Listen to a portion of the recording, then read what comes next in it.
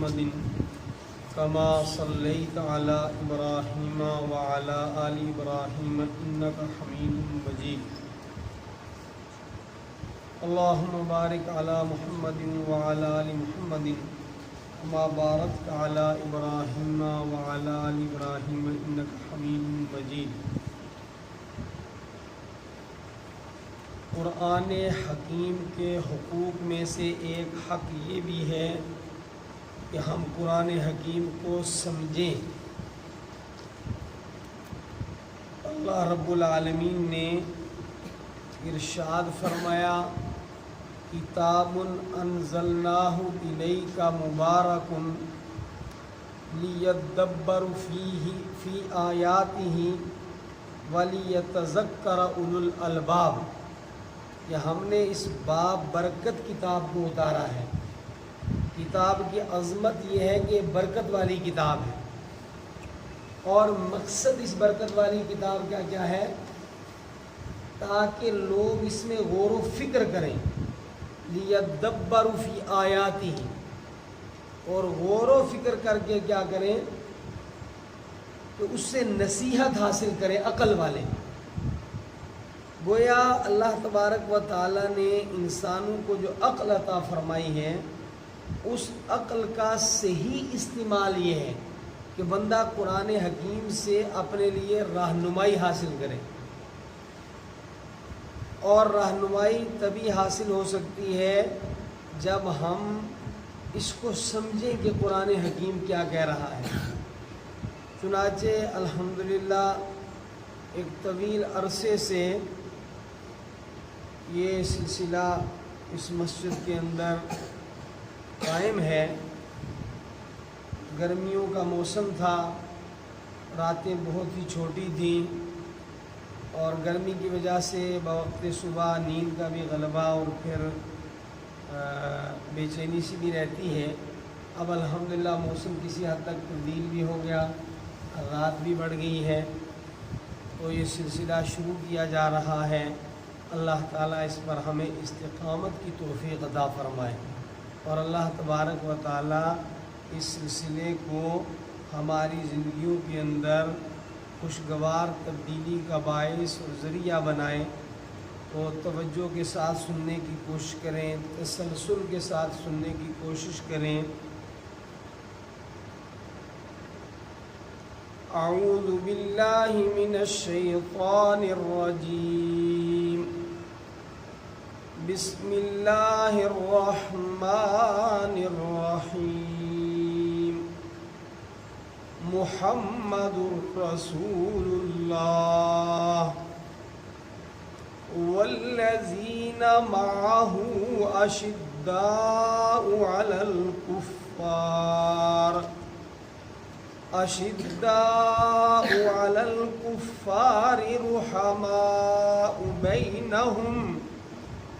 رحماء بینہم تراہم رکعا سجدا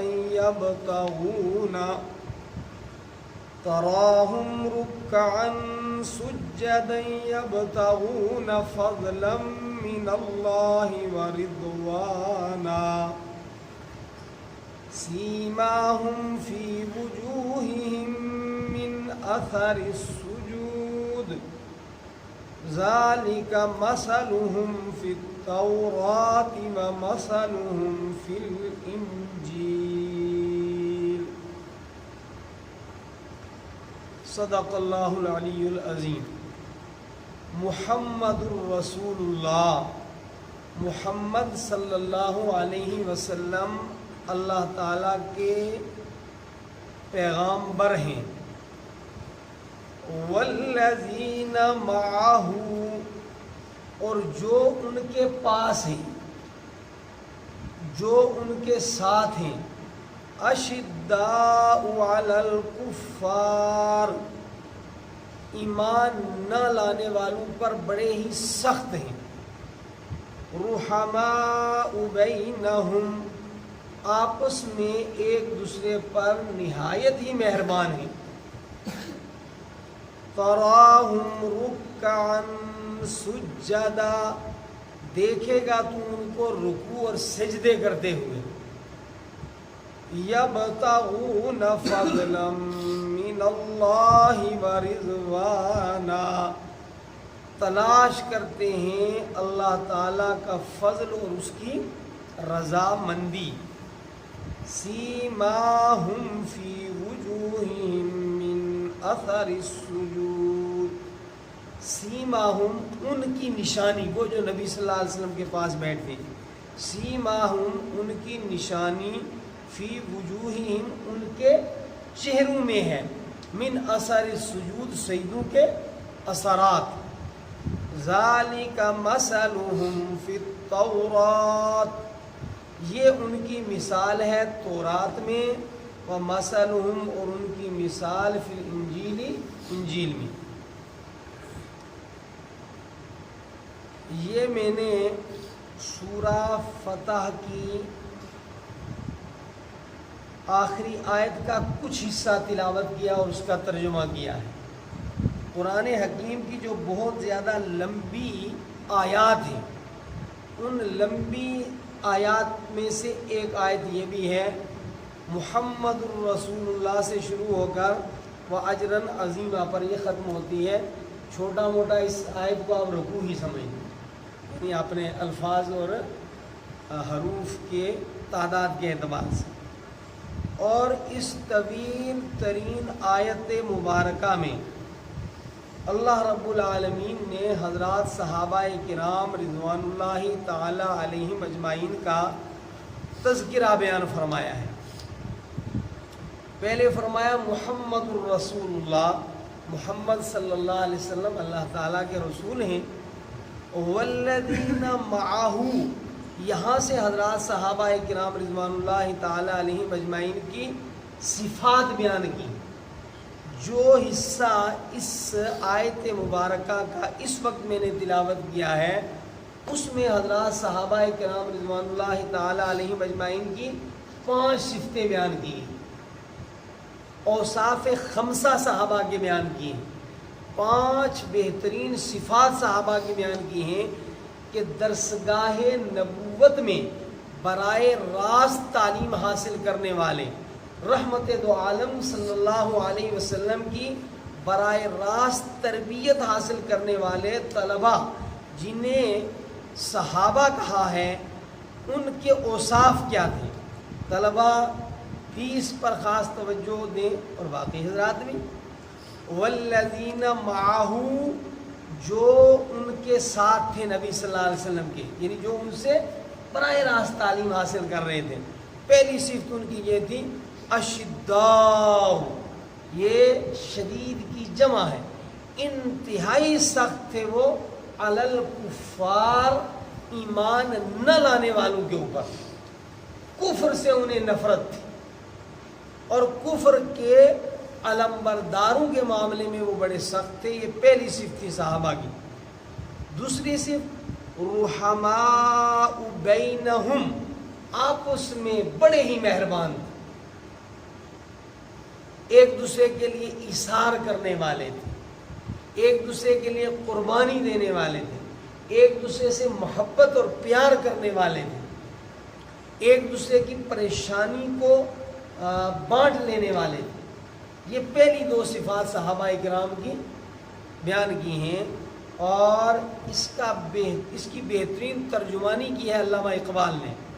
ہو حلقہ یاراں تو بریشم کی طرح نرم، ریشم ہوتا ہے کتنا نرم ہوتا ہے. ہو حلقہ یاراں تو بریشم کی طرح نرم، ایک دوسرے کے سامنے اکڑتے نہیں تھے، بچ جاتے تھے، احترام کرتے تھے، ایک دوسرے کے حقوق کی ادائیگی کا اہتمام فرماتے تھے، خود بھوکے رہ کر اپنے ساتھیوں کو کھلاتے پلاتے تھے. جب مکہ مکرمہ سے صحابہ کرام رضوان اللہ تعالی علیہم اجمعین کی ایک بڑی جماعت نے مدینہ منورہ کی طرف ہجرت فرمائی، تو مدینہ منورہ کے رہنے والے صحابہ کرام نے اپنی ساری جائیداد میں ایک ایک کو اپنے ساتھ شریک کر لیا، تو آپس میں مہربان تھے. اس کو علامہ اقبال نے کہا ہو حلقہ یاراں تو بریشم کی طرح نرم، رزم حق کو باطل ہو تو فولاد ہے مومن. کفر کے معاملے میں، دشمنوں کے معاملے میں، اللہ اس کے رسول اور آخرت کے منکرین کے معاملے میں، اور انسانوں کے حقوق کے دشمنوں کے معاملے میں فولاد بن جاتے تھے، سیسا پلائی کی دیوار بن جاتے تھے. تو پہلی دو صفات کیا ہیں؟ اشداء علی الکفار، نافرمانوں کے مقابلے میں بڑے سخت تھے. رحماء بینہم، آپس میں ایک دوسرے کے لیے بڑے مہربان تھے.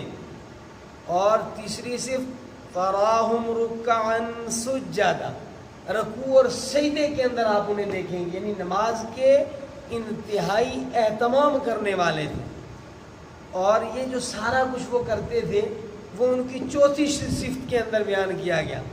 وہ کفر کے مقابلے میں، اللہ رسول کے نافرمانوں کے مقابلے میں سخت کیوں تھے؟ کسی خواہش نفس کی وجہ سے نہیں، آپس میں ایک دوسرے پر مہربان کیوں تھے؟ کسی ذاتی مفاد کی خاطر نہیں. اور نمازوں کے انتہائی اہتمام کرنے والے کیوں تھے؟ یبتغون فضلا من اللہ ورضوانا، وہ اپنے ان اعمال کے ذریعے اللہ تبارک و تعالیٰ کا فضل تلاش کرتے تھے، اللہ تبارک و تعالیٰ کی رضامندی کے متلاشیان تھے.